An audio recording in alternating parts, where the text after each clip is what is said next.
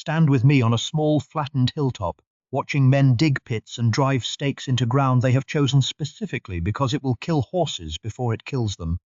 Below, an invading army estimated at some 40,000 strong marches toward this position, intent on ending Portugal's existence as an independent kingdom by the end of the day. The force waiting for them on this hill is considerably smaller, though exactly how much smaller remains genuinely disputed among historians.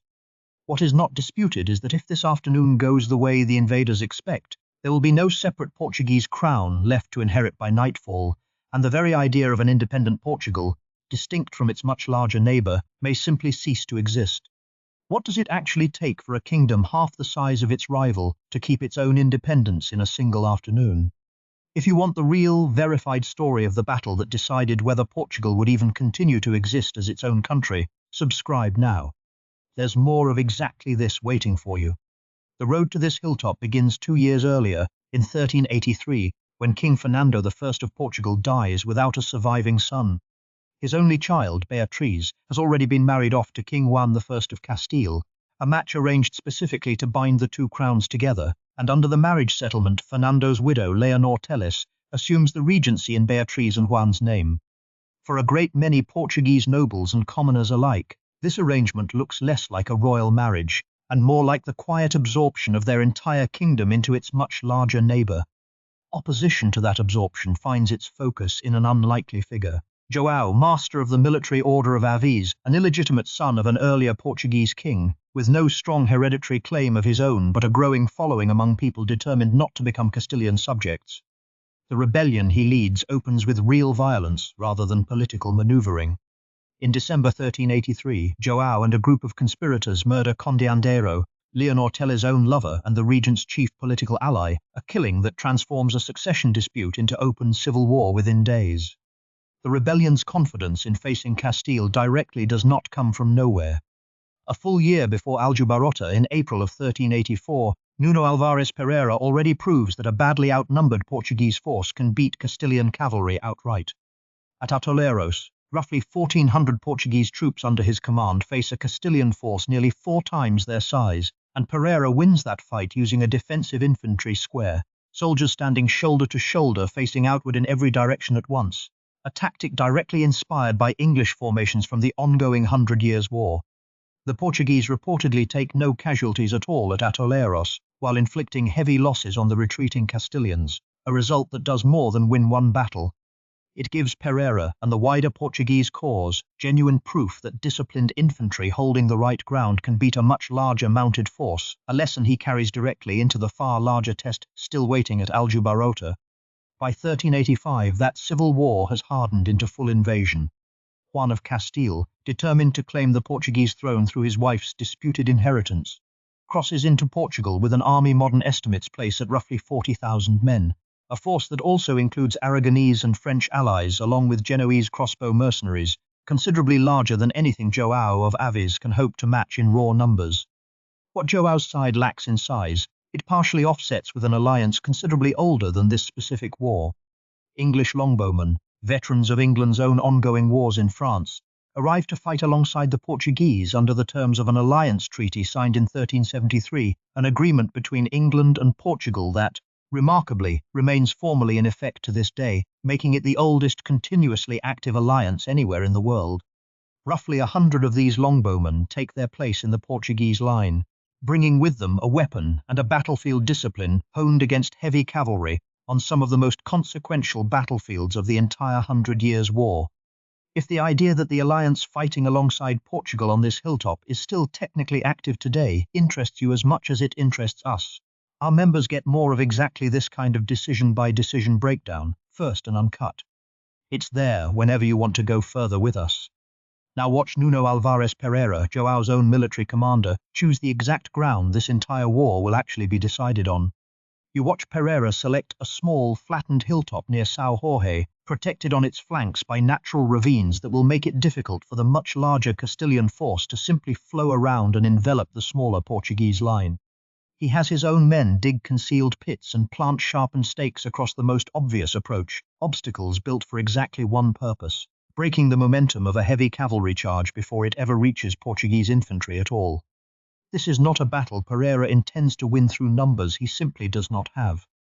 It is a battle engineered, from the ground itself upward, to turn the Castilian army's greatest advantage, its cavalry, into a liability the moment that cavalry actually tries to use the terrain the way it always had before.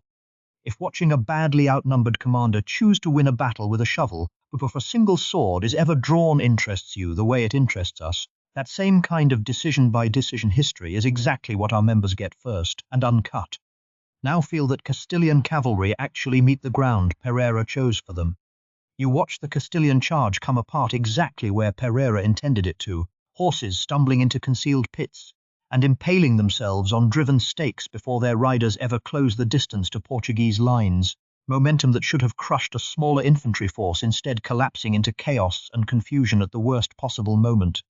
The English longbowmen and Portuguese crossbowmen pour fire into that disorganized mass while it is still trying to recover, and Portuguese infantry, holding a defensive positions specifically built to reward exactly this kind of discipline, grinds down an attacking force that outnumbers them without ever needing to match that number man for man. Juan of Castile's army, expecting a straightforward numerical victory, instead finds itself broken on ground chosen specifically to erase every advantage its size should have provided. Before we return to that hilltop one last time, if this channel's telling of history, the honest kind that keeps what happens after a battle alongside what happens during it, is something you want to carry with you, our own merchandise is linked below. What follows the battle itself is where this story requires the same honesty this channel applies to every real atrocity it covers. As the shattered Castilian army flees, local villagers across the surrounding countryside join in hunting down scattered soldiers over the following day, and some estimates place the additional dead from that pursuit as high as 5,000, a figure historians treat with real caution given how difficult reliable counting becomes once fighting spreads out across an entire countryside rather than staying confined to one battlefield. Whatever the precise number, this was not a clean, contained battle followed by an orderly surrender. It was a rout that continued killing for a full day after the main fighting ended, and that reality deserves to sit in this account with the same weight as the tactical brilliance that won the battle in the first place. One story from that same chaotic aftermath survives as popular legend rather than settled fact. Brits de Almeida, remembered in Portuguese folklore as the Padeira de Aljubarrota, the baker woman of Aljubarrota, supposedly discovered 7 or 8 fleeing Castilian soldiers hiding inside her own bread oven and killed them all herself with her baker's shovel. It is a vivid, specific story, and it is also, by honest accounting, folklore layered onto a real and much less individually heroic historical event, the wider, less clean killing of fleeing soldiers by ordinary villagers across the region. The legend endures because a single defiant baker makes a better story than an anonymous countryside massacre. The truth underneath it is considerably grimmer than the folk tale built on top of it. The political consequences of this single afternoon reach far beyond the battlefield itself. Portugal's independence, genuinely threatened by absorption into Castile only 2 years earlier, is confirmed decisively, and João of Avis's throne, won through illegitimate birth and open rebellion rather than clean hereditary succession, is secured for a new royal line, the House of Avis, that will rule Portugal for the next 2 centuries. Formal Castilian recognition of that independence does not actually arrive for another 26 years, finally settled by the Treaty of Ailon in 1411. But the practical question of whether Portugal would remain its own kingdom is answered, for all meaningful purposes, on this single hilltop in a single afternoon. The victory also reshapes Portugal's alliances for generations afterward. In May of 1386, Portugal and England formalised their partnership further still with the Treaty of Windsor, sealed the following year by João's own marriage to Philippa of Lancaster, daughter of John of Gaunt, tying the new Avis dynasty directly into the English royal family and cementing an alliance that had already proven its worth on the battlefield at Aljubarrota. Juan of Castile himself survives his defeat by 5 more years, never managing to revive his claim to the Portuguese throne before dying in an entirely unrelated accident in 1390, thrown from his horse during a cavalry display in front of a public crowd at Alcalá de Henares, a genuinely strange end for a king whose own cavalry had failed him so decisively on the battlefield years earlier. João orders a monastery raised near the battlefield in gratitude for the victory, a building project so ambitious. It takes nearly a century and a half of continuous construction, and is still, by any honest measure, never fully completed, its unfinished chapels, standing today as one of the more striking pieces of late Gothic architecture anywhere in Europe, a monument literally still under construction longer than most of the kingdoms that fought this battle survived in their original form. Nuno Alvares Pereira, the commander whose choice of ground had won this entire war in a single afternoon, does not spend the rest of his life enjoying the wealth and titles that victory earned him. Years later he gives away his considerable estates, joins the Carmelite religious order as a humble friar, and spends his remaining years in prayer rather than politics. The Catholic Church eventually recognizes that transformation formally. Beatified in 1918, Nuno Alvares Pereira is canonized a saint in 2009, the battlefield commander who broke an invasion with pits and stakes, ending his own life having given away everything that victory had won him. So think back to that hilltop, to a smaller army digging pits into ground it had chosen specifically to survive an afternoon it was not supposed to win. You were never simply watching one battle decide one succession dispute.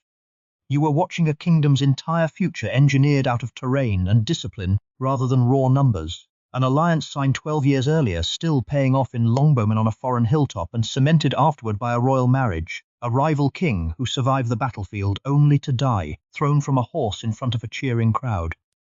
Years later, a victory followed by a full day of killing this account will not soften into legend, and a commander who eventually walked away from every reward that victory had earned him. That is Aljubarrota, considerably stranger and more honest than the story of a small brave kingdom simply winning against the odds usually allows. If this is the kind of history you want more of, the underdog victories that still leave real brutality in their wake, the alliances that outlast the wars they were signed for, the warriors who walked away from everything their own triumph had earned them, there's another one waiting for you. Click it and walk with us further into the shadow.